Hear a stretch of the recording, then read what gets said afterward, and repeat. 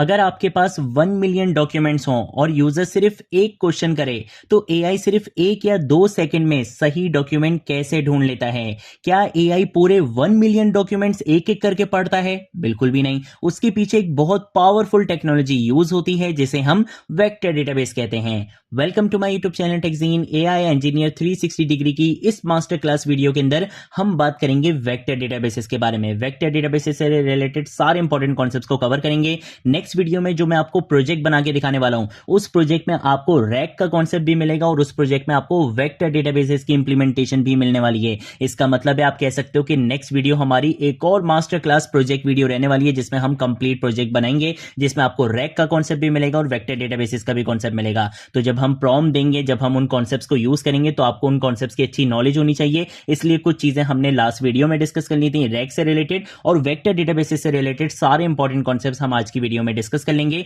जो आपकी डेवलपमेंट के लिए भी बहुत इंपॉर्टेंट है। जब भी आपने डेवलपमेंट करनी होगी, आपने इन कॉन्सेप्ट्स का यूज करना होगा, प्रॉम्प्ट इंजीनियरिंग करनी है, तो वहां पर भी ये आपके बहुत काम आएंगे और आपके इंटरव्यू क्वेश्चन से रिलेटेड भी बहुत इंपॉर्टेंट है। ठीक है, तो आपने इस वीडियो को बिल्कुल भी स्किप नहीं करना है। इस वीडियो को आपने स्टार्टिंग से लेकर एंड तक जरूर देखना है। हम इसमें सारे कॉन्सेप्ट्स यहां पे डिस्कस करने वाले हैं। सबसे पहले बात करेंगे वेक्टर डेटाबेस। भाई, नॉर्मल डेटाबेसेस जैसे माई एसक्यूएल या पोस्टग्रे एसक्यूएल टेक्स्ट को टेक्स्ट की फॉर्म में ही स्टोर करते हैं, लेकिन एआई डायरेक्टली टेक्स्ट को समझकर सर्च नहीं करता। एआई पहले टेक्स्ट को नंबर्स में कन्वर्ट करता है और उन नंबर्स को हम एम्बेडिंग्स कहते हैं। वेक्टर डेटाबेस उन्हीं एम्बेडिंग्स को स्टोर करता है और जब यूजर कोई भी क्वेश्चन करता है तो वेक्टर डेटाबेस मीनिंग की बेसिस पर सबसे रेलेवेंट इंफॉर्मेशन ढूंढकर एआई को दे देता है। इसका मतलब यह हुआ कि वेक्टर डेटाबेसिस में मीनिंग बेस्ड सर्च किया जाता है, एग्जैक्ट वर्ड को मैच नहीं किया जाता। अगर आपने कोई दूसरा डेटाबेस पढ़ा हो ना, जैसे पोस्टग्रे एसक्यूएल पढ़ा हो, माई एसक्यूएल पढ़ा हो, तो उसमें क्या होता है, एग्जैक्ट वर्ड को सर्च किया जाता है।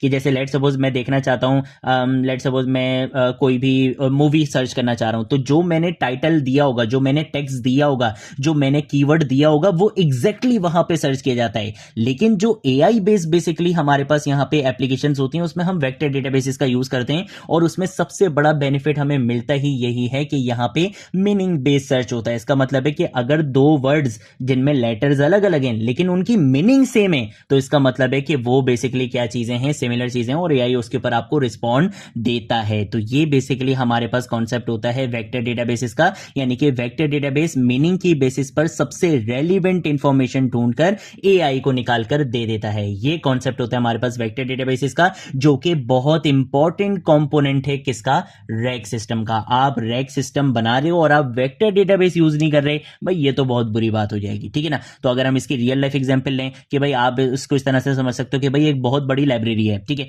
वहां 50 लाख बुक्स रखी हुई हैं, ठीक है। अगर लाइब्रेरियन हर बुक को मैनुअली देखना शुरू कर दे तो आंसर मिलने में घंटों लग जाएंगे। लेकिन अगर उसके पास एक इंटेलिजेंट सिस्टम हो जो सिर्फ क्यूरी की मीनिंग समझकर रेलेवेंट शेल्फ तक आपको खुद पहुंचा दे, तो आंसर कुछ ही सेकंड्स में आपको मिल जाएगा। वेक्टर डेटाबेस एआई के लिए बिल्कुल इसी लाइब्रेरियन की तरह काम करता है। आप जो भी क्यूरी करते हो, आपकी क्यूरी को मीनिंग बेस्ड सर्च किया जाता है वेक्टर डेटाबेस में, और जहां पर भी मीनिंग आपको सेम मिल रही होती है, यानी कि सिमेंटिक मीनिंग होती है, वहां पर वो डायरेक्टली आपको लेकर चले जाता है खुद ही। ये कॉन्सेप्ट होता है हमारे पास वेक्टर डेटाबेस का। अब बात कर लेते हैं यार, एसक्यूएल डेटाबेस क्यों नहीं यूज कर रहे भाई, जब हैं तो फिर हम वेक्टर के पे क्यों आए। तो भाई जब हमारे पास माई एसक्यूएल, पोस्टग्रे एसक्यूएल और मोंगोडीबी ऑलरेडी हैं, तो फिर वेक्टर डेटाबेस की क्या जरूरत है। रीजन बहुत सिंपल है, ट्रेडिशनल डेटाबेसेस एग्जैक्ट वर्ड्स को सर्च करते हैं, लेकिन एआई को एग्जैक्ट वर्ड्स नहीं चाहिए होते, उसको मीनिंग समझना उसके लिए बहुत जरूरी होता है। इसकी एग्जांपल ऐसे ले लो कि भाई लेट सपोज अगर डॉक्यूमेंट में लिखा हुआ है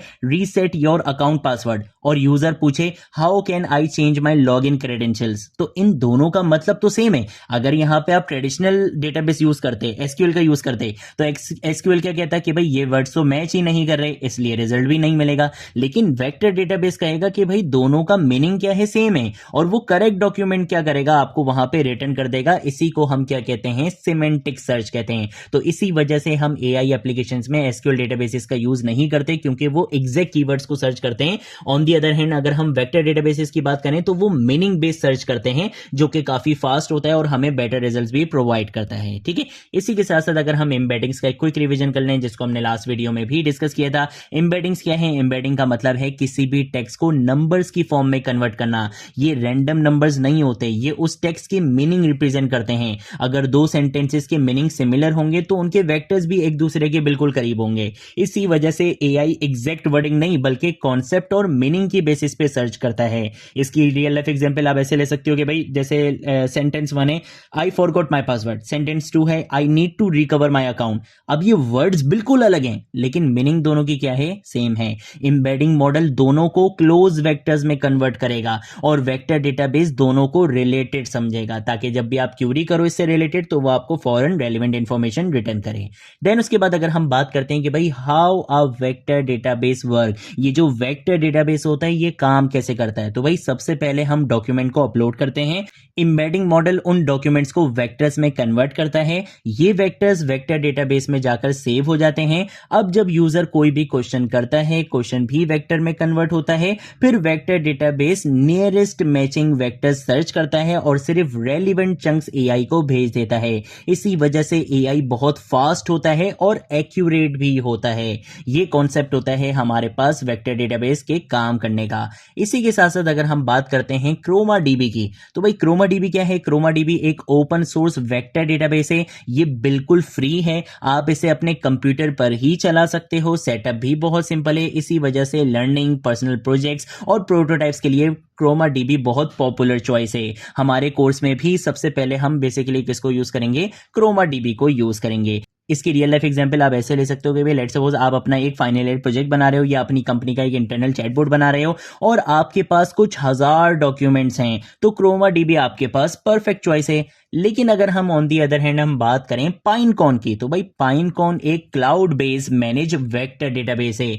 यहां आपको इंफ्रास्ट्रक्चर मैनेज नहीं करना पड़ता, बस एपीआई यूज करनी पड़ती है और बाकी स्केलिंग पाइनकॉन खुद हैंडल कर लेता है। इसी वजह से बड़ी कंपनीज पाइनकॉन को प्रोडक्शन में यूज करती हैं। इसके पेड वर्जन भी हैं, फ्री ट्रायल बहुत लिमिटेड होता है लेकिन इसके पेड वर्जन हैं, बट यहाँ पे सारी चीजें पाइनकॉन खुद हैंडल करता है और ये काफी ज्यादा पावरफुल है। इसकी रियल लाइफ एग्जांपल आप ऐसे ले सकते हो कि भाई आपकी एप्लीकेशन के पास लेट्स सपोज 5 करोड़ डॉक्यूमेंट्स हैं और रोज लाखों यूजर सर्च करते हैं, तो ऐसे सिनेरियो में आप क्रोमा डीबी पे नहीं जाते, आप बेसिकली जाते हो पाइनकॉन पर। वहां पे पाइनकॉन ज्यादा सुटेबल चॉइस होती है। डिफरेंस आपको पता होना चाहिए क्रोमा डीबी और पाइनकॉन में क्या डिफरेंस है। बिल्कुल सिंपल वर्ड्स में आपने डिफरेंस याद करना है कि भाई अगर लर्निंग करनी है, लोकल डेवलपमेंट है, स्मॉल प्रोजेक्ट बनाना है, क्रोमा डीबी आपके लिए वहां पे बेस्ट है। और अगर एंटरप्राइज लेवल प्रोडक्शन सिस्टम बनाना चाह रहे हो जहां मिलियंस ऑफ डॉक्यूमेंट्स और यूजर्स हो, तो पाइनकॉन आपके लिए वहां पे बेस्ट है। बहुत सारे लोग बहुत बड़े बड़े प्रोजेक्ट्स में भी क्रोमा डीबी भी यूज कर लेते हैं, बट वहां पे उनको डिप्लॉयमेंट पे डिफरेंट तरीके से करनी पड़ती है। ठीक है, तो ये कुछ कॉन्सेप्ट्स होते हैं जिनको हम आगे चल के डिस्कस करेंगे।